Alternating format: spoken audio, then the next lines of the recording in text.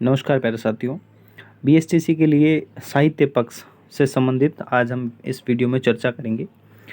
प्यारे साथियों, राजस्थान का जो साहित्य पक्ष है, इसमें हम दो प्रकार से साहित्य देखते हैं। एक तो लोक साहित्य होता है और एक संत साहित्य है, जिनमें आज हम लोक साहित्य से संबंधित तथ्यों पर चर्चा करेंगे। प्यारे साथियों, लोक साहित्य में सबसे पहले हम पढ़ेंगे ख्यात। तो आइए समझते हैं ख्यात क्या होती है।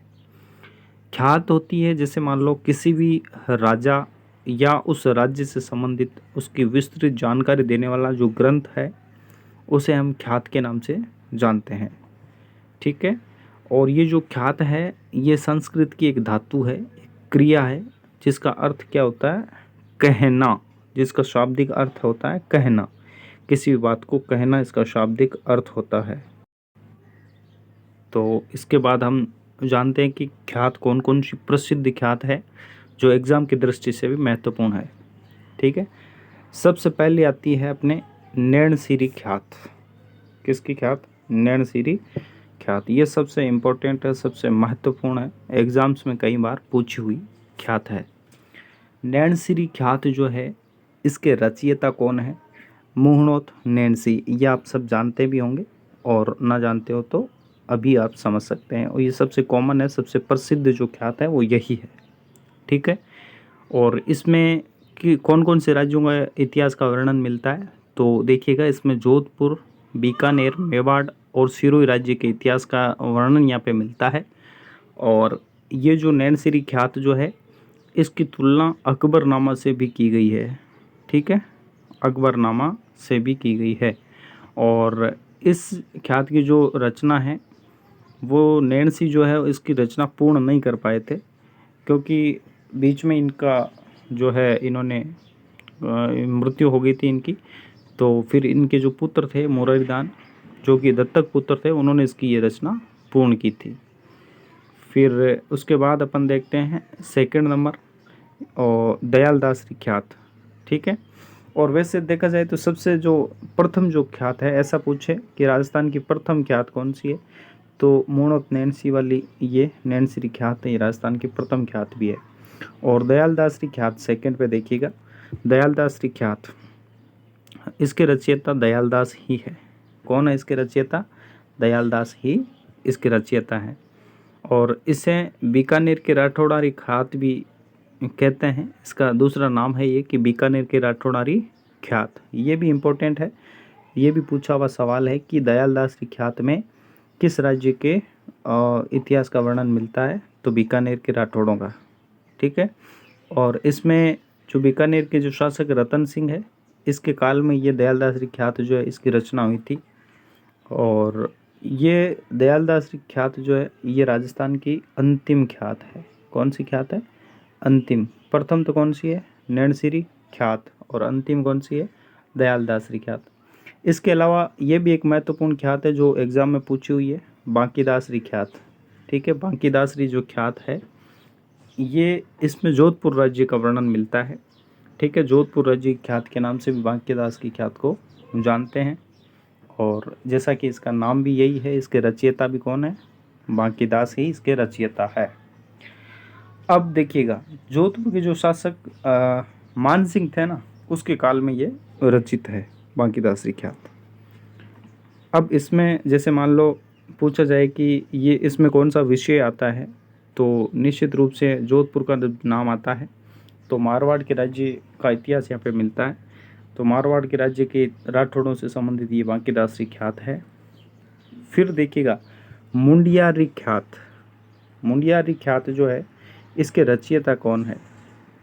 जैसे कि अभी हमने देखा नैणसीरी ख्यात का नैणसी थे, इसके दयालदास थे, इसके बांकीदास थे। तो इसका कमेंट बॉक्स में आप लिखिएगा मुंडियारी ख्यात के रचयिता कौन है। क्या इसके रचयिता मुंडियार है? आप जल्दी से जल्दी कमेंट में आप मुझे बताएं कि इसके रचयिता कौन है। वेरी गुड, आपने बताने का प्रयास किया, लेकिन मुंडियारी ख्यात के जो रचयिता है वो मुंडियार ना होकर के कौन है बताइएगा। ये कोई एक इसका पर्टिकुलर इसका लेखक नहीं है। ये जो है नागौर जिले में जो मुंडियार एक परगना था, परगने का मतलब गांव से होता है, यानी किसी गांव को पहले परगना कहा जाता था। तो मुंडियार परगने के जो चारण कवि थे उनके द्वारा ये रचित ग्रंथ है और किसी एक व्यक्ति का लिखा हुआ ये नहीं है। और कहा जाता है कि इस ख्यात में राठौड़ वंश के जो मूल पुरुष है, जिसे आदि पुरुष भी कह सकते हैं, ये भी प्रश्न है कि राठौड़ वंश के मूल पुरुष या आदि पुरुष कौन है। तो ये हैं आपके राव सिंहा। कौन है? राव सिंहा जो है राठौड़ वंश के जो है आदि पुरुष है, राव सिंहा। और इन्हीं से संबंधित यहाँ पे वर्णन मिलता है। राव सिंहा से लगाकर आपके जसवंत सिंह फर्स्ट तक का इतिहास इसमें मिलता है। तो निश्चित रूप से आपके ये समझ आए होंगे। ये 4 प्रकार की जो ख्यात है ये बड़ी फेमस ख्यात है। इसके अलावा सेकंड नंबर पे अपन देखते हैं, ख्यात के बाद ही आता है रासो। ये भी साहित्य का ही एक महत्वपूर्ण पार्ट है। सेकंड नंबर पे है रासो। अब देखिएगा रासो क्या होता है।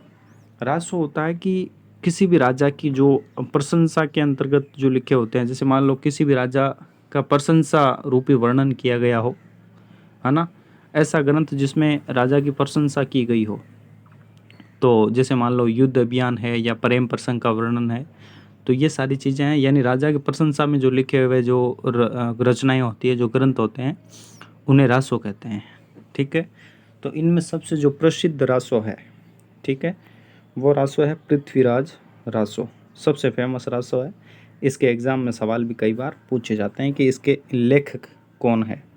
इस प्रकार से सवाल पूछे जाते हैं कि इसके लेखक कौन है। ठीक है, तो इसके लेखक है, आप सभी जानते होंगे, चंद्रवरदाई इसके लेखक हैं। कौन है? चंद्रवरदाई। चंद्रवरदाई इसके लेखक यहाँ पे आपको मिलते हैं, चंद्रवरदाई।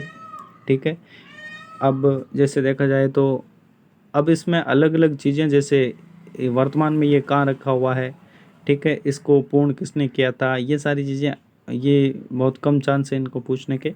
मेन चीज़ यही है कि किसके द्वारा लिखा गया था, तो ये चंद्रवरदाई का यहाँ पे आता है, चंद्रवरदाई द्वारा इसे लिखा गया था। और इसके बाद ये उदयपुर संग्रहालय में अभी रखा हुआ है। ठीक है, और इस ग्रंथ में जो है, इस ग्रंथ के अनुसार जो राजपूतों की उत्पत्ति है वो अग्निकुंड से मानी जाती है, ऐसा बताया गया है। और चंद्रवरदाई द्वारा इस ग्रंथ में ये भी लिखा गया है कि जो पृथ्वीराज तृतीय थे, है ना, पृथ्वीराज चौहान जो थे, जो मोहम्मद गौरी, है ना, मोहम्मद गौरी द्वारा इनको बंधक बनाकर जो गजनी ले जाया गया था और वहाँ पर इनकी मृत्यु हुई थी। तो ये चीज़, इसका भी वर्णन पृथ्वीराज रासो में ही मिलता है। ठीक है, तो मुख्य आपको याद क्या रखना है, पृथ्वीराज रासो की रचना किसने की, तो चंद्रवरदाई ने की थी। सेकंड अपने आता है बिसलदेव रासो। ये भी अभी 3rd ग्रेड में पूछा गया सवाल था कि बिसलदेव रासो में किसका प्रसंग मिलता है ना, यानी क्या है ये, कौन सा रस इसमें मिलता है। तो बिसलदेव रासो जो है, सबसे पहले आप समझेंगे किसके द्वारा लिखित है। तो इसकी रचना की थी नरपति नाल है। किसने? नरपति नाले द्वारा इसकी रचना की गई है। किसके द्वारा? नरपति नाले द्वारा इसकी रचना की गई है। ठीक है, नरपति नाले द्वारा इसकी रचना की गई है।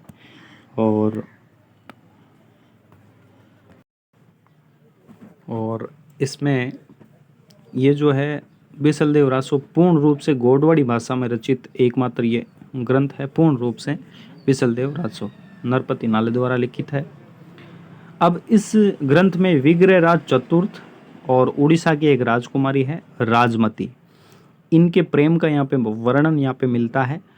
तो ये निश्चित रूप से इसमें प्रेम रस यहाँ पे देखने को मिलता है, प्रेम कथा है ये। तो ये है बिसलदेव रासो।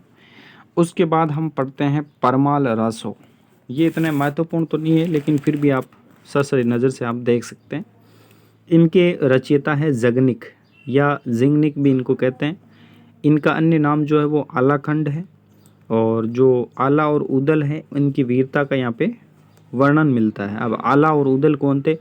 ये परमार्दिदेव चंदेल के सेनानायक थे, जो कि बहुत ही बहादुर सेनानायक थे। आला उदल बहुत ही वीर जो है सेनापति हुआ करते थे। उसके बाद हम जानते हैं छत्रपति रासो। छत्रपति रासो जो है ये भी एक महत्वपूर्ण रासो है। इसका जो है, इसको किसने लिखा था? तो इसको लिखा था काशी छंगाणी ने। किसने? काशी छंगाणी। काशी छंगाणी के द्वारा इसको लिखा गया था। काशी छंगाणी द्वारा इसको लिखा गया है। और काशी छंगाणी ने ही क्या किया था, इसमें किस चीज़ का वर्णन मिलता है? इसमें मतीरे की राड का यहाँ पे वर्णन मिलता है। कौन सी? मतीरे की राड हुई थी, मतीरा। ठीक है, मतीरे की राड का यहाँ पे वर्णन मिलता है। मतीरे की राड का क्या मिलता है यहाँ पे? वर्णन। ठीक है, छत्रपति रासो जो है, छत्रपति रासो यहाँ पर मतीरे की राड हुई थी। ठीक है, उसका वर्णन मिलता है, मतीरे की राड। ठीक है, तो ये मतीरे की जो राड है वो कब हुई थी, इसका आप मुझे बताएं कि मतीरे की राड कब हुई थी, बताइएगा। तो मतीरे की राड हुई थी प्यारे साथियों 1644 ईस्वी के अंदर हुई थी, जो कि मतीरे की राड, इसका वर्णन छत्रपति रासो में मिलता है। और ये जो राड थी मतीरे की, वो सीलवा गांव बीकानेर और जाखणिया गांव नागौर के किसानों के मध्य मतीरे को लेकर के संघर्ष यहाँ पे हुआ था, उसका वर्णन यहाँ पे छत्रपति रासो में मिलता है। छत्रपति रासो के बाद हम जानते हैं हमीर रासो। ठीक है, हमीर रासो में क्या मिलता है? हमीर में जो रणथंभौर के चौहान शासक हमीरदेव है, उसके हट की और उसकी वीरता का जो है वर्णन यहाँ पे किया गया है। हमीर रासो जो ग्रंथ है, इस ग्रंथ को 2 बार लिखा गया। 13वीं सदी में तो सारंगधर ने लिखा था। किसने लिखा था? 13वीं सदी में तो सारंगधर ने इसको लिखा था। और उसके बाद किसने लिखा था? जोधराज ने भी इसको लिखा है। जोधराज ने भी लिखा है। 13वीं सदी में तो सारंगधर ने, और 18वीं सदी में जोधराज द्वारा इसको लिखा गया है। अब सबसे लास्ट का जो है ये संगत रासो अपन देखते हैं। संगत रासो ज़्यादा इम्पोर्टेंट तो नहीं है, लेकिन कहा जाता है कि संगत रासो में जो वर्णन है वो ये गिरधर आसिया द्वारा लिखित है। गिरधर आसिया। ठीक है, गिरधर आसिया द्वारा ये रचित है। गिरधर आसिया बताते हैं कि जो महाराणा प्रताप थे वो और उनके जो भाई शक्ति सिंह थे, इनकी मुलाकात बलीचा गांव में राजसमंद में हुई थी। तो इस चीज़ का उल्लेख संगत रासो में मिलता है। संगत रासो, तो इस प्रकार से महत्वपूर्ण जो रासो थे इनका हमने अध्ययन किया है। ठीक है, इसके बाद अपन आगे देखते हैं रासो के बाद प्रकाश। ठीक है, ये भी साहित्य का ही पार्ट है। प्रकाश क्या होता है कि वह ग्रंथ जो किसी शासक की जो मूल विशेषताएं होती है, इन मूल विशेषताओं का वर्णन जहाँ पे मिलता है वो प्रकाश होता है। तो इनमें सबसे महत्वपूर्ण जो प्रकाश है वो सूरज प्रकाश है। सूरज प्रकाश जो है वो कवि कर्णिदान द्वारा रचित है, कवि कर्णिदान द्वारा लिखा हुआ है, जो कि जोधपुर के शासक अभय सिंह के इतिहास का वर्णन यहाँ पे इसमें किया गया है। तो महत्वपूर्ण यही है। इसके बाद जगत रासो आप देखना चाहें तो, मंत्र राज प्रकाश आप देखना चाहें तो देख सकते हैं। और जगत रासो का मैंने नाम लिया तो वो नेकराम द्वारा लिखा गया था। मंत्र राज प्रकाश जो है वो हरि सिंह सांखला द्वारा यहाँ पे लिखा हुआ है। अब इस प्रकाश के बाद अपन देखते हैं सबसे महत्वपूर्ण, देखिएगा उसके बाद साहित्य का ये अच्छा पार्ट है वचनिका। तो प्यारे साथियों, वचनिका क्या होती है इसके बारे में समझते हैं।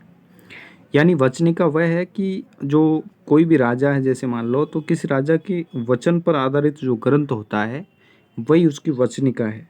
ठीक है, ये जो वचनिका होता है ये गद्य और पद्य का मिश्रित रूप होता है, और इसमें कुछ मात्राएं वगैरह भी रहती है तो उनका भी प्रभाव देखने को मिलता है। तो सीधे से अपन को ये है कि सबसे पहली जो वचनिका है वो वचनिका हमें याद करनी है। वचनिका ये है कि सबसे पहली है अचल दास खींचेरी वचनिका, सबसे महत्वपूर्ण है। सवाल कई बार पूछे गए हैं और इसके पूछे जाने की संभावना भी बहुत है। अचल दास खींचेरी वचनिका जो है वो किसके द्वारा लिखी गई है? तो किसके द्वारा लिखी गई है? ये लिखी गई है शिवदास गार्डन के द्वारा। किसके द्वारा? शिवदास। कौन सा दास भाई? Shivdas garden garden, Shivdas garden के द्वारा ये लिखा हुआ वचनिका है। ठीक है, अब देखिए इस जो शिवदास गार्डन द्वारा लिखी गई जो रचना है, जो वचनिका है, इसमें लाला मेवाड़ी जो कि कुंभा की बहन है, और जांगलू की जो बीकानेर की जो रानी उमादे सांकली है इसका, और अचलदास खिंची का, इन तीनों का यहाँ पे ट्रायंगल या वर्णन दिखाया गया है। ठीक है, ये इसका वर्णन किया गया है। इसके बाद हम रतन सिंह महेश दासोतरी वचनिका जानते हैं कि इसको किसने लिखा है। इसको लिखा है जग्गा खिड़िया ने। ठीक है, किसने लिखा? जग्गा खिड़िया के द्वारा इसको लिखा गया है, ये आप याद रख सकते हैं। तो इस प्रकार से हमने साहित्य का जो लोक साहित्य वाला पक्ष है वो हमने समझा, पढ़ा। ठीक है, तो वीडियो आपको अच्छा लगा हो तो वीडियो को आप लाइक करें और ज़्यादा से ज़्यादा संख्या में इसको शेयर भी करें, और वीडियो अच्छा लगा हो तो चैनल को आप सब्सक्राइब करें। Thank you. इसके बाद हम संत साहित्य के बारे में प्रकाश डालेंगे और मोटे मोटे तौर पे संत साहित्य की जानकारी लेंगे, जिसमें हम दादू दयाल, मीराबाई, इनके जो ग्रंथ हैं उनके बारे में समझेंगे। फिलहाल वीडियो को लाइक करें, चैनल को सब्सक्राइब करें। Thank you.